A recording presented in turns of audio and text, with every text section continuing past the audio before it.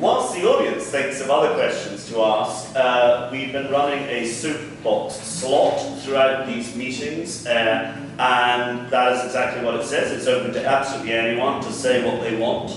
And in this instance, Michael Gray, who seems he's wearing a Yes badge, is I think going to speak to the Yes side.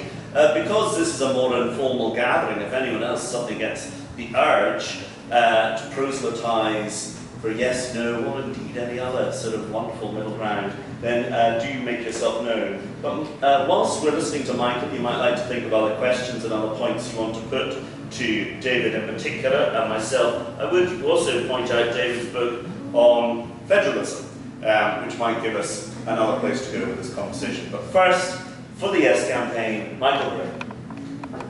I'm quite excited, because in exactly 4 weeks' time, Scotland is going to be the biggest story in the world. And I think that is something to put into context how important this event is. And for me, as a young person in Scotland, I think it's especially exciting because for me the opportunity that comes with independence is something we're going to benefit from for longer than anyone else in this country. And for me, the people who come after me will benefit for even longer. I've never been a member of a political party. I wasn't really that interested in the debate about Scotland's future until about two and a half years ago, when I was at university, when we sort of knew we were going to get a referendum.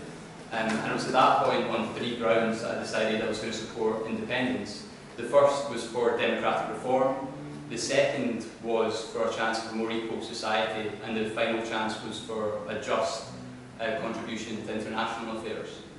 And since then, I'm quite happy that that's the side of the fence I came down on. And one of the reasons for that, I think, was exemplified today, and that's some of the emerging voices that have contributed to the debate, all the excitement, the energy, the ideas that have been generated from groups like National Collective, Radical Independence, the Commonweal Project. Because today Scotland was trending worldwide on Twitter. This morning between sort of 9 and 10 AM. And for the full day actually it's been trending online across the United Kingdom. And that's because thousands and thousands of people in Scotland have been sharing their reason for supporting independence in 140 characters online. And I decided, since it's not padding at the chat, honestly, for part of the speech I was just going to read out some of those reasons that were put online between 4 o'clock this afternoon and 4:05 PM this afternoon while I was on the train to Edinburgh. And this is what they are. I'm Yes because the folk I've met campaigning for Yes are some of the most inspiring folk I've ever met, and they give me hope. Yes because of the fantastic people who have been putting extraordinary amounts of work into this referendum. I'm Yes because I believe more control for an underrepresented Scottish people can only be a good thing for me and my family's futures.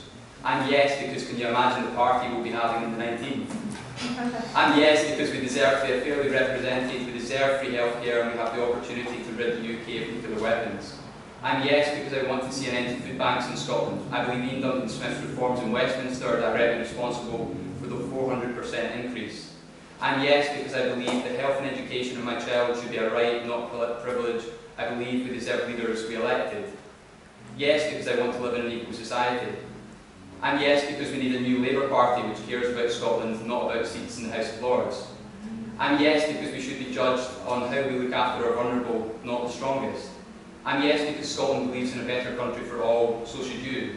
I'm Yes because only a Yes gives us the leverage to deliver full democratic control to the Scottish people. Yes because I don't like the direction Westminster is heading for a two-party state, no way to affect meaningful constitutional change. I've now worked out I'm not going to have enough time to read out that 5 minutes worth of content. That's about 40 seconds worth. And there's about 100 different reasons being posted every couple of minutes. And why am I saying this? There's a lot of chat about economics, about finances, about assets. The debate yesterday with Alex Kemp's response to Ian Wood's comment in response to the OBR and the Scottish Government's figures on oil projections. But I think this shows that Scotland's greatest asset is the democratic energy that currently exists in our country, the participation and interest in Scotland's future and our democracy. If you're being rather technical, you could describe that as the expansion of social capital and interest in reforming the political structures that the governors. And I think that's a huge asset. That's the greatest asset Scotland has with 4 weeks to go. And the question therefore is in what is the best direction to take that democratic movement, that interest and energy. And for me the best framework to further that democratic energy is independence. And there'll be 5 ways of doing that. First is by contributing to the negotiation process, which would be taking place for 18 months subsequent to the vote. The second would be building up the institutions of tax, social security and international affairs. The third would be contributing to new parties and platforms that would be looking forward to the May 2016 election for an independent country. Is that 4 or 5 done? The fifth would simply be by continuing this new, broad, diverse interest in politics outside of the parliamentary structures, which publishers, individuals, citizens have all been contributing to in schools, in churches, and in places across Scotland. So for me, that's why the referendum's been exciting. That's why in 4 weeks' time, when every news camera and media group from across the world descends on places across the country to show what Scotland is, I'll be proud of how citizens of Scotland have contributed to the referendum process, and I dearly hope that it's a yes vote so that that movement can continue. Yay! If anyone's immediately inspired to rebut or refute, we do indeed. Shall I give you 5 minutes to collect your thoughts, or would you like just to stand up and have a go? Yeah, okay, I'll stand up and have a go. Sorry, David, if I'm ruining your sort of little gig. I mean, I just came here to listen. I didn't have any. My name is Tom Gallagher, retired academic. But I was just kind of intrigued by Michael going back to the kind of melodrama, and the eyes of the world will be on us on the 18th, and the Twitter, not that I'm into this particular arrow technology, is really throbbing, and you came back to this again, that this is a niche phenomenon.